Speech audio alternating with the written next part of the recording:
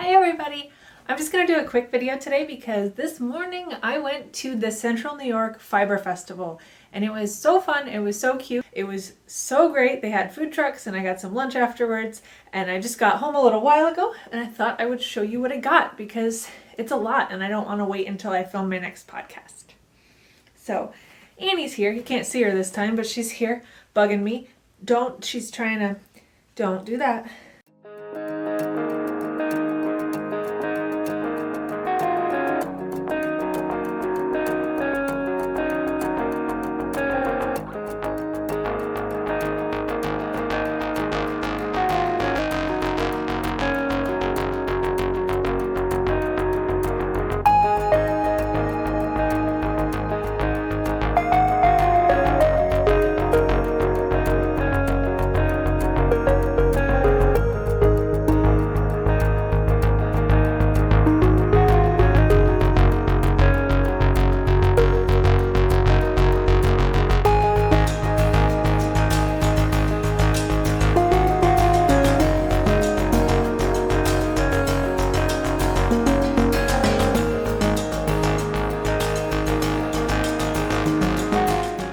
Okay, here's the program.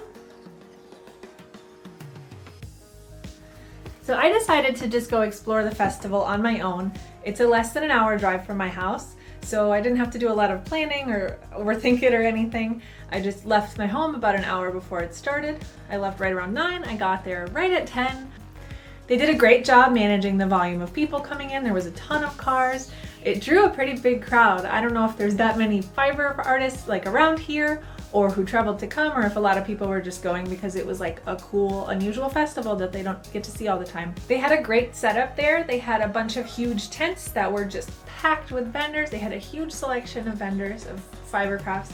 I would say about half of them were actually like either processed or unprocessed wool. A lot of them were already dyed wool. I don't spin, so I didn't spend too much time looking at the wool or the spinning equipment, all the different tools they had out, but there was a huge amount of that, which I think is, it's in the name, it's a fiber festival, it's not a yarn festival. It was really fun. They had all sorts of sheep and goats and alpacas, and there was even some Angora rabbits. It was so cute. They had all sorts of little animals out. There was a couple of sheepdogs there, kind of demonstrating their ability to guard their sheep. It was really cute. I had a great time looking at all this by myself.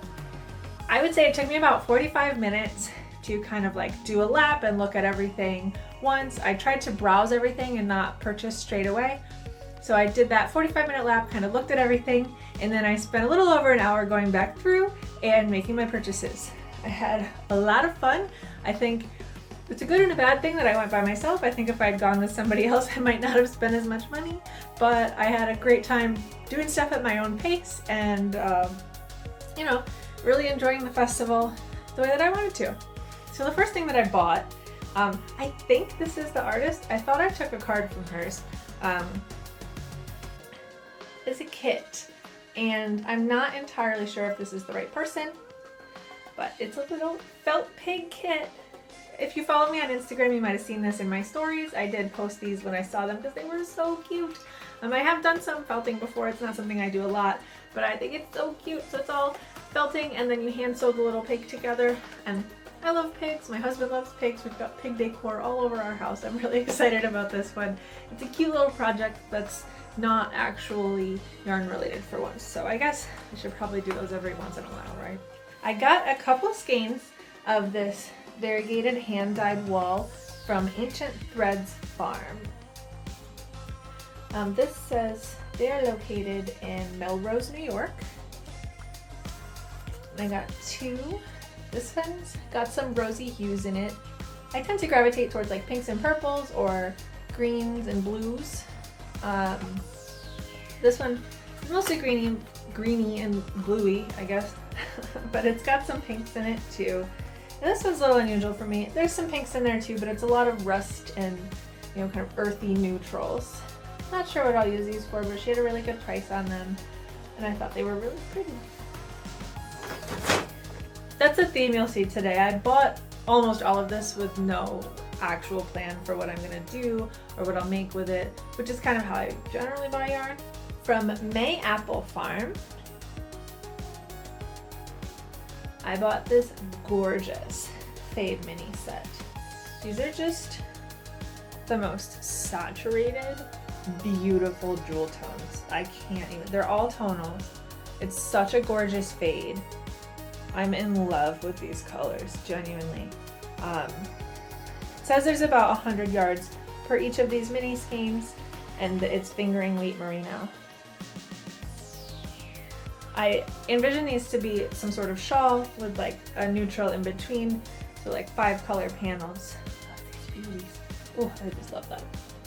This one is from Trinity Farm, which is in Aurora, New York. There's their info. And this is this very pretty hand-spun, naturally dyed yarn. I got 2 hanks of, it's definitely wool. It says it's dyed with Brazil wood. I'm not familiar with natural dyes and how all of those work, but it's really cool that this is like actually a natural color. It is, I don't know if it's coming through on camera, but it's the most beautiful like pinkish mauve color. And this yarn is so wonderfully textured. This hand spun is just the most like tactile experience. I will definitely be using this to make some sort of winter accessory because it's nice and chunky and warm. Okay, speaking of winter accessories, I love this one. Okay, so this one, actually I got this guy too. This is from Lone Spruce Alpacas. Is it alpaca? How do you say alpaca? My family makes fun of me for the way I say it. I think it's normal to say alpaca, but they're weird about it. I got this little guy that she made, the owner made. A little felted alpaca guy. He's gonna hang out in my yarn room. He'll live here. But I got these 2 hanks of yarn from her. I love this mint color she's got. It's, first of all, this base is so soft and just so drapey and beautiful. This color is called Nile Green, and I definitely would have bought 2 or more if she'd had them, but she only had this one. So I spent a few minutes trying to pick a color to go with it. This one I also definitely think will be a winter accessory, probably a hat or something. I ended up getting this one. It's a very, very pale yellow. It's almost an off-white. It's called Lemon, and I just think they go so well together. We'll definitely make something super cozy and snuggly out of that for winter. So this is a label I had actually seen before.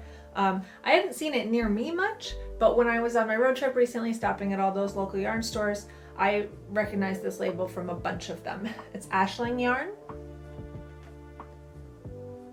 I don't know where they're located out of. I want to say North Carolina, but I might be wrong.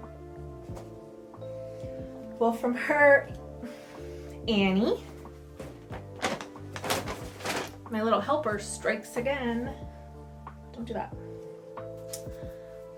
So from her, I got 2 hanks of this beautiful hand-dyed mohair. It's kid mohair. I can't even, I'm sure this is not going to come through on camera.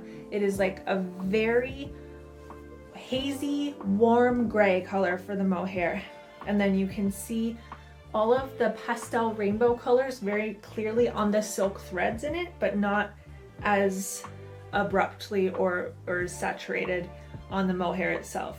I think this is going to make a beautiful sweater. I love it so much. It's so subtle but so colorful at the same time. It's really, really pretty. She had a million colorways. I don't know, she had a whole giant wall with so many colorways. It's hard to decide, but I landed on this one because I thought it was kind of unique. I don't think I've ever seen one that's like so many colors but also so subtle and kind of like calming. So the next shop that I bought something from was 7th Floor Yarn. They were giving out these stitch markers with purchase. It's for International Knitting in Public Day, which is today. I didn't do any knitting in public, but I did a lot of knitting shopping in public, if that counts. So it's a cute little surprise that came with my purchase. I got some minis from her. I looked at the minis at like all of the booths I went to. I have a bunch of minis already, and in my head I've got this idea that I'm gonna make them into some sort of throw blanket, kind of like a scrappy throw, but I want to use all the minis that I have, or I guess scraps too. That would be nice. But all the minis that I already have are DK weight, and most people only do fingering weight minis. she had DK at hers, so I ended up getting 4 of them. Just cute little colors. I would have loved to buy little minis at every booth in the whole place, but not everybody had them, and this was the only one that actually had DK weight ones. So that's what I ended up with. I also bought 3 full-size skeins from her. So she had these on sale, which I was surprised. She had several bases, but one of them, which was definitely my favorite, is half cotton, half either superwash or, yeah, half cotton, half superwash. So this one in the middle is pink and purple and gray variegated. It's super subtle, super pretty. I gravitated to that one right away. It's called Jawbreaker. And then I got these 2 other colors, kind of a subtle hazy purple and a pretty pastel pink to go with them, or to go with it, excuse me. I think the 3 of them together will make something nice. These also kind of say shawl to me in a way. I think I would like to make the 3 of them into a shawl together. This one I didn't get a card for this one. I thought I did, but I guess I didn't. It's from Sassy Black Yarns. It doesn't say where she's operating out of. It's sassyblackYarns.com though, if you're interested. This colorway is called Chocolate Marshmallow, but to me it's kind of like vanilla to peach to like pumpkin spice. It's really rich on this side. It's really nice gradient. I think this is 100% Pima cotton, so I don't know. I feel like this one will end up being a garment, like a tank top or a t-shirt or something. I've been really enjoying knitting cotton summer garments lately. So maybe, I don't know.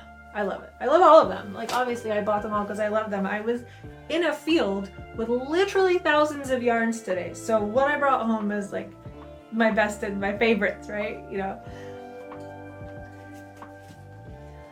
Okay, this is the last one that I bought. This is from Megs Inco. I don't know if it's one person named Megs or if there are multiple Megs, but there you have it. And she had such beautiful stuff. I spent so long at this booth. I came back twice and I spent a really long time looking. She had a bunch of very pretty like shawl kits. She had tons of kits for different things, and they all had suggested patterns with them. There was one that I genuinely loved. It was so pretty, but it had 5 hanks of yarn in it, and you know, at hand dyed prices it ended up being probably like $130 for a shawl, which is it's a little steep for me right now.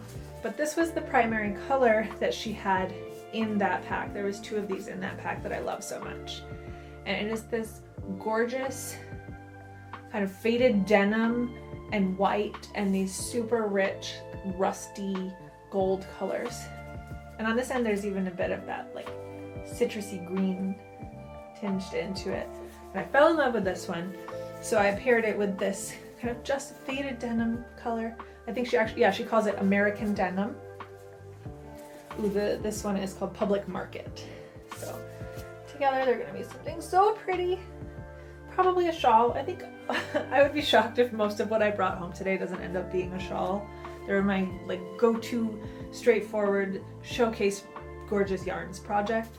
So I'm gonna end up probably with like 3 or 4 shawls out of what I bought today, but I'm not upset about it. I love shawls, and I'm especially thinking about how cozy most of the yarns that I bought today are. I think it's gonna be really nice.